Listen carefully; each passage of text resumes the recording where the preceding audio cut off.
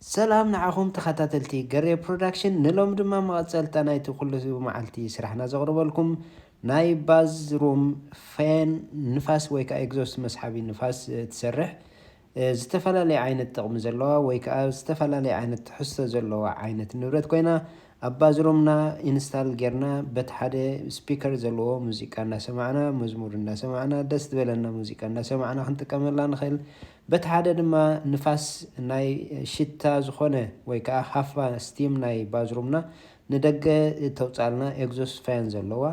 زتفلالي عينت مبرهتي ديم كخون زخيل ويكا داي لايت زلوا مبرهتي كنتقملا እንኽእል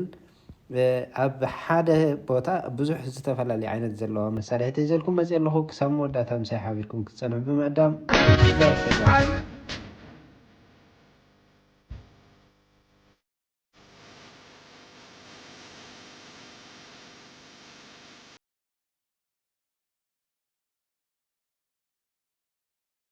ሰላምታ ይረሳዕኹን ምሳኹም ዘለኹ ሓውኹም ገረ ከምቲ ልሙድ ኩሉ ግዜ ናይ ስራሓት ገዛና ኮነ ወይ እውን ዝተፈላለዩ ዓይነት ተመክሮ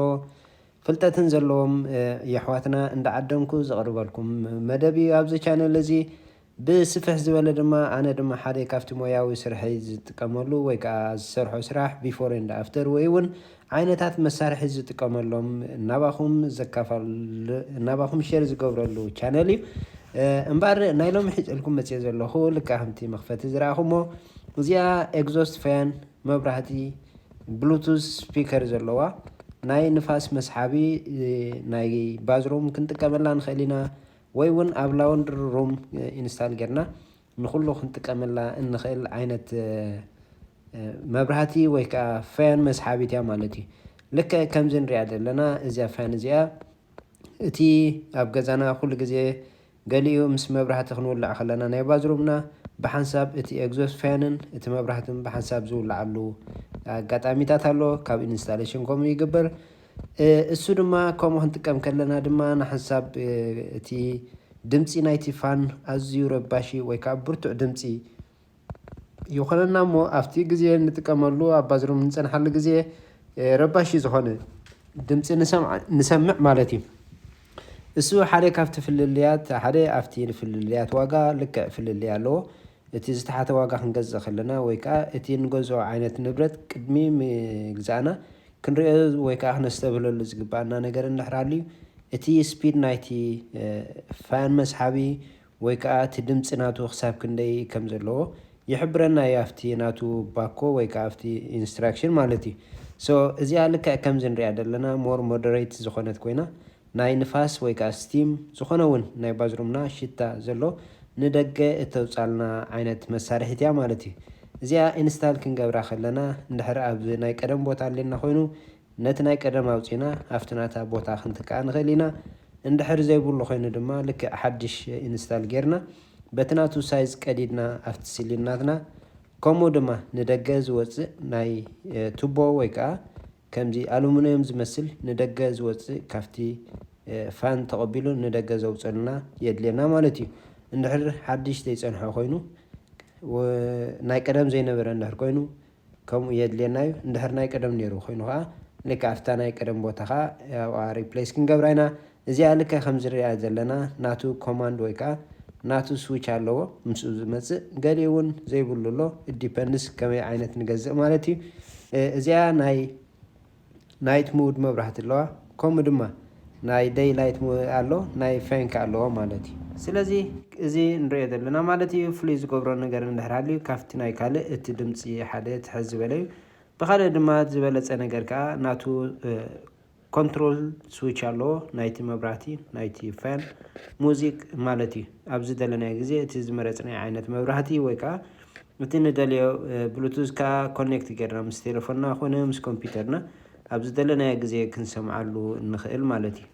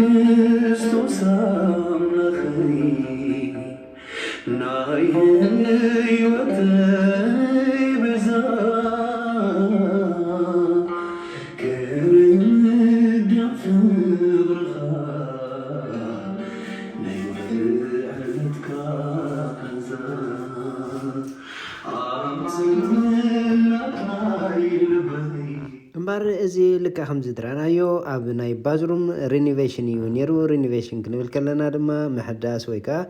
ሪሞደል ምግባር ናይቲ ዘለና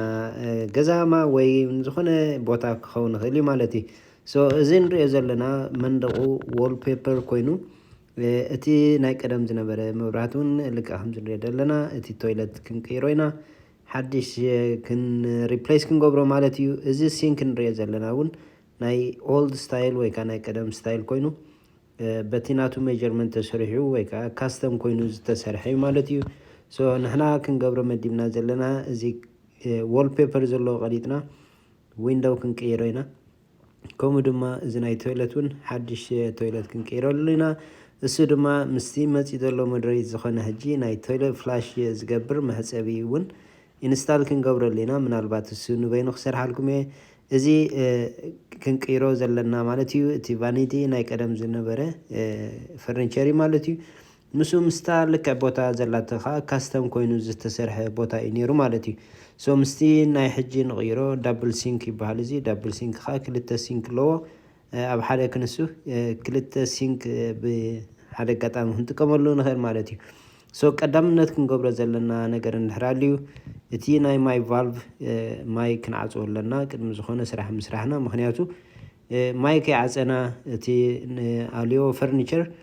ዳሜጅ ክገብረልና ስለ ዝኽእል ወይ እውን ብኣጋጣሚ ክንሃርሞ ስለ ዝኽእል ካልእ ናይ ማይ ሳዕቤን ክስታይ ፍለድ ከየስዕበልና ቀዳምነት ክንገብሮ ዝግባአና ናይ ማይ ክንዓፅዎ ኣለና። ከምኡ ድማ ናይ ኤሌክትሪክ ዝኾነ መሳሊ ኤሌክትሪክ እንድሕራቡ ተኸባቢሉ እውን እቲ ናቱ ብሬከር ኦፍ ጌርና ክንሰርሕ ከለና ተመራፂ ይኸውን።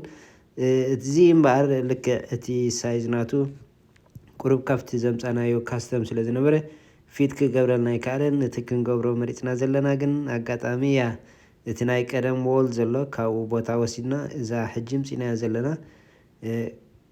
ዓይነት ፈርኒቸር ወይ ከዓ እቲ ቫኒቲ ፊት ክንገብራ ኢና ማለት እዩ። እታ ናይ ቀደም ዝነበረት 56 ኢንች እያ ነራ ሳይዝ ናታ። እዚ ናይ ሕጂ ዘለና ከዓ ናይ 60 ኢንች ማለት እዩ። 60 ኢንች ናይ 4 ኢንች ፍልልየ ጋፕ ኣለና። እቲ ክንገብሮ ዘለና ካስተም ክንገብሮ ኢና። ንሱ ከዓ ናፍቲ መንደቕ ዘሎ ቦታ ካብኡ ወሲድና እዛ ሓዳስናትና ኢንስታል ንክንገብር እዩ ዘሎ እቲ መደብ ማለት እዩ። ስለዚ እቲ ክነውፅኦ ዘለና ናይ ቀደም ልክዕ ከምዚ ንሪኦ ዘለና እቲ ድሬን ላይን